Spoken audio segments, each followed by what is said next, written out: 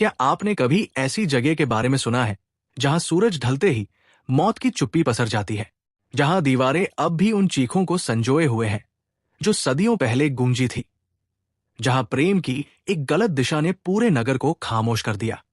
ये कहानी है भानगढ़ की, एक किले की नहीं, एक अभिशाप की, प्रेम, वासना और एक श्राप की। इस वीडियो में आप जानेंगे उस कहानी को जो इतिहास की किताबों में दबी है लेकिन लोगों के दिलों में अब भी धड़कती है। सच और कल्पना के बीच की उस महीन रेखा को छूने के लिए तैयार हो जाइए, क्योंकि अब हम प्रवेश करने वाले हैं उस जगह में जहां अंधकार की शुरुआत हुई थी। राजस्थान की तपती रेत के बीच बसा था भानगढ़, एक समृद्ध और सुनहरा नगर। वहां की हवाओं में शौर्य था, परछाइयों में संगीत, और हर सुबह सूर्य की किरणें किले की ऊंचाइयों से टकराकर नगर को सोने जैसा चमका देती थी। पर उस नगर की असली रोशनी थी रत्नावती। राजा चतुर सिंह की बेटी रत्नावती की सुंदरता की चर्चा दूर दूर तक थी। कहा जाता है जब वो झील में स्नान करने जाती थी, पानी की सतह पर कमल अपने आप खिल उठते थे। उनकी आंखों में सितारे चमकते थे और आवाज ऐसी थी जैसे किसी वीणा से सुर निकल रहे हों। लेकिन जहां सौंदर्य होता है वहां वासना की नजर भी होती है। भानगढ़ से कुछ मील दूर एक अंधेरे जंगल में एक तांत्रिक रहता था। उसका नाम था सिंघिया। लोगों का कहना था कि वो जन्म से ही अजीब था। उसकी आंखों में लालिमा और चाल में सांपों की सी सरसराहट थी। वो अजीब मंत्रों से बात करता और छायाओं में खो जाता। एक दिन उसने रत्नावती को देखा, सिर्फ एक झलक, और फिर जैसे उसका जीवन रुक गया। उसके भीतर की तंत्र शक्ति जाग उठी। वो जानता था कि वो उसे पा नहीं सकता। एक राजकुमारी और एक नीच तांत्रिक का प्रेम समाज क्या, स्वयं विधाता भी स्वीकार नहीं करेंगे। पर प्रेम नहीं था ये वासना थी।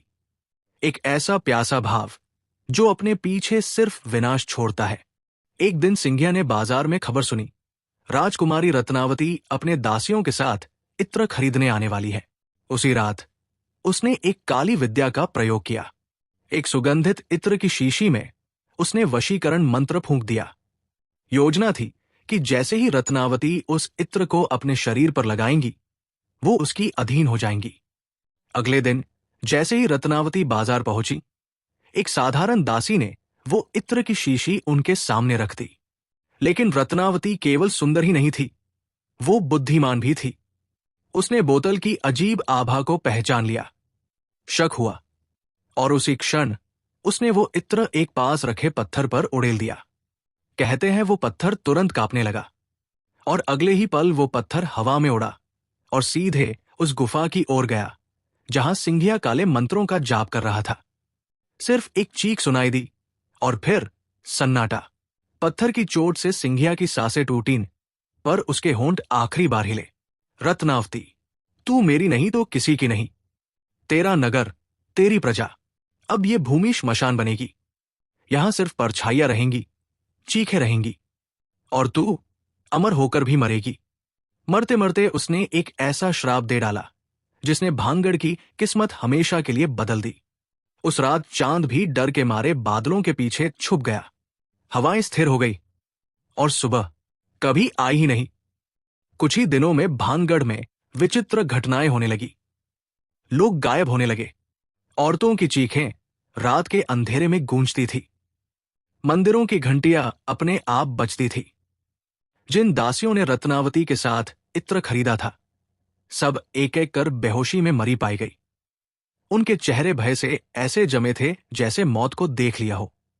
कहा जाता है राजा ने नगर को बचाने की बहुत कोशिश की, लेकिन एक युद्ध के दौरान शत्रु सेना ने हमला किया और सारे सैनिक, सारे नागरिक सब मारे गए। रत्नावती, कोई नहीं जानता उसका क्या हुआ। कुछ कहते हैं वो उस रात सिंघिया की आत्मा से लड़ती हुई मारी गई। कुछ कहते हैं वो आज भी किले के किसी गुप्त कमरे में बंद है, अमर पर कैद। भानगढ़ किला आज भी वही खड़ा है, टूटा, उजरा, पर अड़ेग। उसकी दीवारों में अब भी वो कहानियां बंद है जिन्हें समय भी मिटा नहीं पाया। सूरज डूबते ही किले का दरवाजा बंद कर दिया जाता है और जो उस नियम को तोड़ता है वो लौटता नहीं। ये कहानी सिर्फ प्रेम की नहीं, वासना, और श्राप की है। और ये तो सिर्फ शुरुआत है। अगले भाग में जानिए क्या हुआ उस रात जब अंतिम युद्ध हुआ।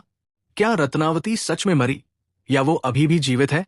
और सबसे क्यों आज भी विज्ञान भांगड़ की रहस्यमयी ऊर्जा को नहीं समझ पाया? इस वीडियो को लाइक करें, सब्सक्राइब करना न भूलें और कमेंट में बताइए क्या आप कभी भांगड़ गए हैं?